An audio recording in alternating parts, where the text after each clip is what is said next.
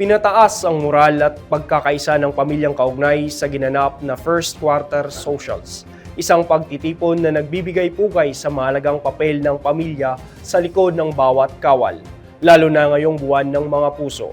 Ihahatid ang detalye ni Ele Didumo.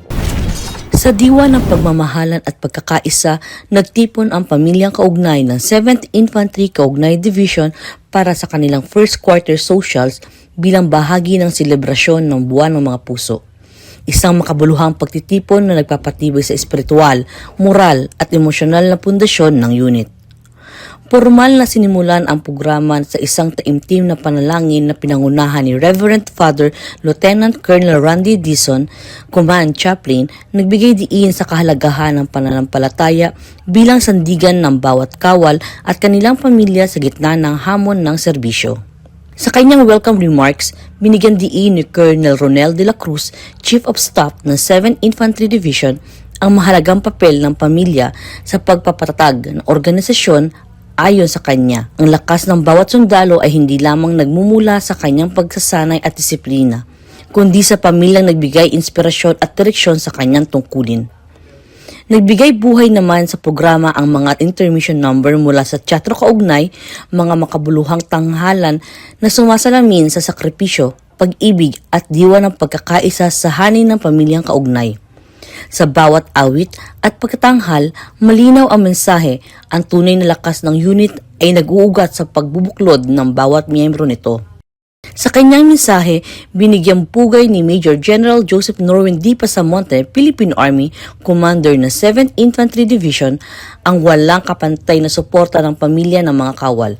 Aniya, ang tagumpay ng bawat misyon ay kolektibong bunga ng sakripisyo, hindi lamang ng mga nasa uniforme, kundi pati ng mga naghihintay at sumusuporta sa kanilang pagbabalik. Para sa akin, it's not only in our mother house. This is the time for us to be with each other. Ito yung pagkakataon na tumingin with one another. I just wish for the Kaugnay family to be really united, to be really connected with one another. You already belong to a single group, kung ano yung office ninyo. But belonging to the Kaugnay family, it has a deeper meaning.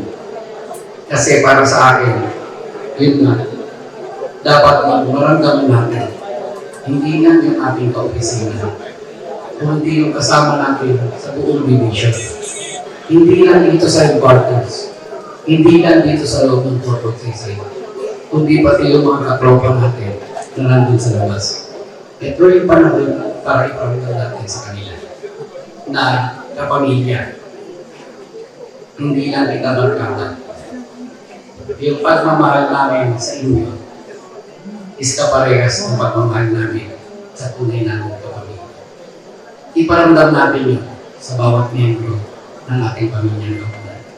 Binigyan diin ni Division Commander na ang pagkilala sa pamilya ay pagkilala sa puso ng organisasyon, sapagkat ang matatag na pamilya ay nangangahulugan ng matatag na hukbong katihan. Sa kabuuan, ang First Quarter Socials ay hindi lamang pagdiriwang ng Buwan ng Mga Puso. Ito ay makapangyarihang paalala na sa likod ng bawat tagumpay ng 7ID ay isang pamilya nagmamahal, nagdarasal at naninindigan. Mula rito sa Fort Magsaysay, ako si Ele Didumo, ang inyong pamilyang kaugnay para sa matatag na hukbong katihan ng Pilipinas.